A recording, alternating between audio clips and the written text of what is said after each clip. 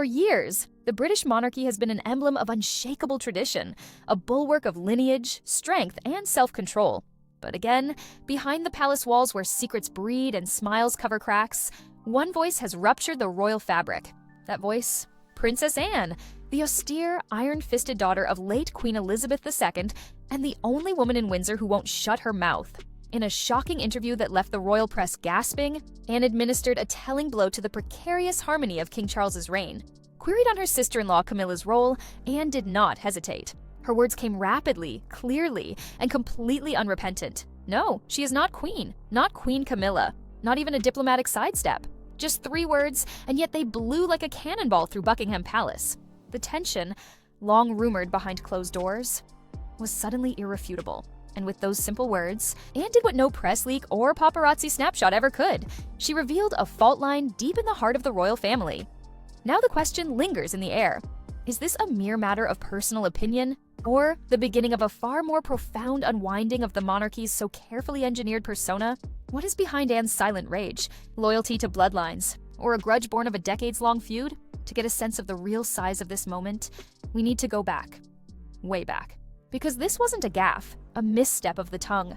This was an old wound that had been festering for decades and had finally burst open.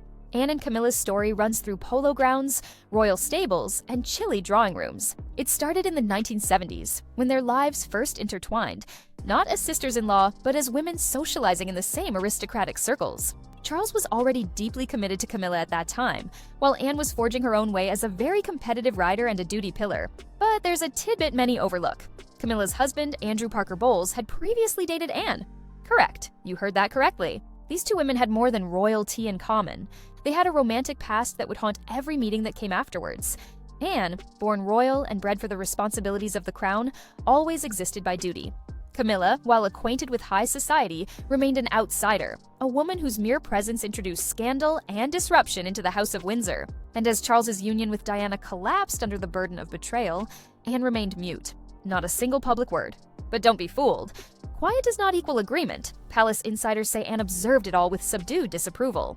Camilla, to her, was an interruption, not merely to her brother's life, but to the divinely ordained rhythm of monarchy as well. And when Diana tragically died in 1997 and public outrage against Camilla reached a fever pitch, Anne allegedly warned Charles. "Tread carefully," she told him. Because in Anne's view, image isn't merely optics, it's legacy. Flash forward to 2022. Charles ascends the throne. Camilla, the formerly shamed mistress, is crowned queen consort. It was a decision shrouded in diplomacy and legacy, respecting the queen's dying wish. But not without debate. And Anne, in a BBC documentary, she provided measured praise, describing Camilla as a source of support to the king. But when pressed for how long she'd known her, Anne's reply was telling. A long time, off and on, cold, controlled, calculated, not so much a glowing endorsement. That reserved tone was the iceberg's tip, an indication that beneath all the glossy surface, everything was far from resolved. And then there was the Tatler interview, the breaking point. Seated in her Gloucestershire manor, Anne discussed her horses, duty, and thoughts on monarchy. But confronted, innocently, with a question about Camilla's contributions as queen, something shifted. Her interviewer called her Queen Camilla, and Anne's response was immediate. She shook her head. No, she is not queen. Silence, tension, a time warp room. The interviewer pressed, softening hopefully. But she doubled her back. Camilla, she repeated firmly, is queen consort. And that is the end of it. No sugarcoating, no passion. Just tough, royal fact. It was followed by chaos, online, in the media, and behind palace doors. Social media went wild. Clips of the interview went viral, some even doctored with AI to present Anne as harder than she appeared. But the actual quote did not require dress-up. It was already bold enough. Insiders claim it was no spontaneous moment. It was a declaration, a thoughtful, well-crafted challenge to the narrative served up by Charles's inner circle. And it struck deep. Why? Because Charles, who is already fighting health concerns, is very much dependent on Camilla. To challenge her title is to challenge the very premise of his reign. The backlash was immediate and historic. Anne's position is not merely about names. It's about meaning. It's about power. Because when Charles wed Camilla in 2005, the deal was made. She would be called Princess Consort, a dignified tip of the hat to the public still grieving Diana. By 2022, Queen Elizabeth had flipped the script, issuing her desire for Camilla to be queen consort. Still, there's a galaxy of difference between queen consort and just plain queen. and Anne is well aware of it. For in royal practice, queen means something. It's a title reserved for monarchs, for women of blood, of lineage, of rightful succession. Women like Queen Mary, Queen Alexandra. Their positions were never in question, but Camilla, her rise, in Anne's opinion, is a rewriting of the rules, a compromise in ceremony. And for a woman such as Anne, who has devoted her entire life to living by those rules, that's a bridge, too. Far, the Tempest Princess Anne Ignited isn't just about a title.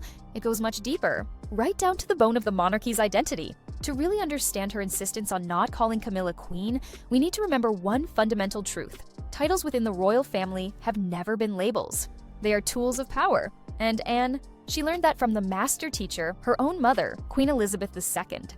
Elizabeth wielded titles like a chess master, strategic, deliberate. Need proof? Look no further than her denial of Her Royal Highness to Wallis Simpson, the American woman who cost Edward VIII the crown. Anne grew up watching how titles could discipline or elevate, shape perceptions, and guard the institution. So when Camilla's rise was smoothed over with a crown and a softened title, Anne didn't just disagree. She witnessed the standards unraveling before her eyes. Those close to the palace report that Anne has always held onto protocol like a shield. Even when appearing in public, she reputedly refused to give way to Camilla. A low-key but potent message that, in her book, blood trumps marriage every time. This was not rudeness. It was order. It was hierarchy. And now, on television and before the world's gaze, Anne's rebellion opens up the question: should the monarchy yield to modern sensibilities or stand by its centuries-old rules? This is not about Anne versus Camilla. It is about what the monarchy represents. Behind palace walls, allegiances shift like a shadow. Prince William and Kate, for example, keep up what insiders describe as a cordial distance from Camilla.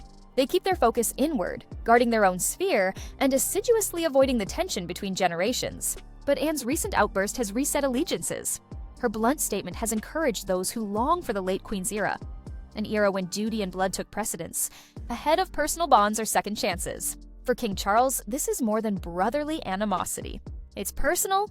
He depends on Camilla not only as queen, but as psychic ballast in a life buffeted by scandal and, now, a potentially life-threatening cancer diagnosis. Anne's words send ripples through that vulnerability, fueling rumors among palace staff and extended family that Camilla's embrace is by no means universal. Even younger royals sense the shudder. Beatrice, Eugenie, stuck between generations and institutional duty, now tread a tightrope.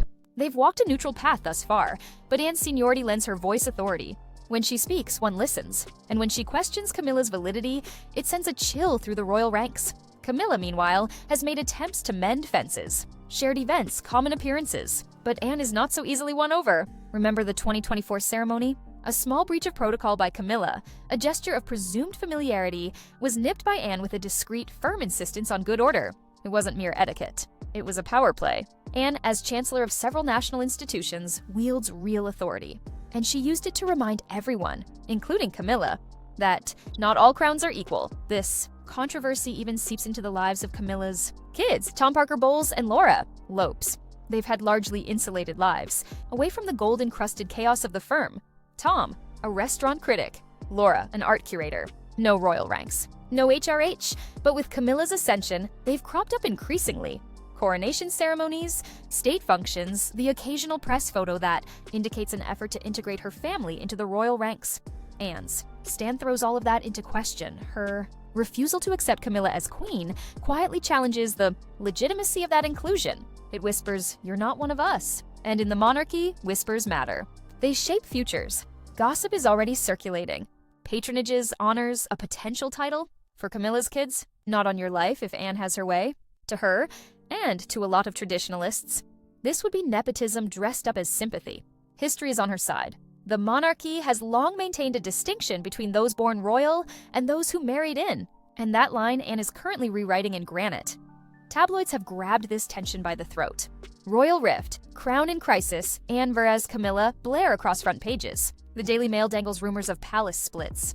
The Sun pits Anne's cold steel against Camilla's diplomatically honed composure. Social media such as X, previously Twitter, have erupted with hashtags such as Mon Anne vs Camilla and Your Royal Rift, garnering millions of impressions.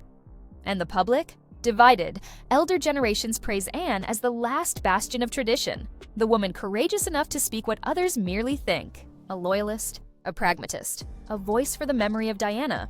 Younger Brits look at Camilla as a beacon of second chances. They contend she's earned it through unobtrusive loyalty, years of discretion, and steadfast backing of a king in need. Even international media has gotten in on the act. American networks refer to it as a real-life royal soap opera. European commentators ask aloud what lessons their own monarchies can learn from the shenanigans at Buckingham. Denmark, Sweden, countries where royals are retreating, are observing with interest. And to add insult to injury, AI-created clips were soon clogging the internet, taking Anne's words out of context, warping her tone. It took BBC Verify and several fact-checkers to dispel the fakes. But by then, the damage and the spectacle was already viral. Camilla's team has mobilized, mounted a charm campaign, charity outings, campaigns against domestic violence, fuzzy photo shoots with school children. A contrast to Anne, still cutting ribbons and shaking hands in silence. But it's an ominous one. A silence that utters, "I've had my say." I won't say it again, but the true price of Anne's candor is not tabloid hysteria or social media hubbub. It's the crack in the crown's highly glossed facade. This event strips away the veneer of togetherness and shows a struggling royal family trying to reshape itself. And underlying it all is an even more pressing question. Can a monarchy that lives on mystery and propriety make it through the era of transparency, feeling an insubordination from within? Because make no doubt about it, Anne's defiance was not personal. It was symbolic, and its legacy is still unfolding.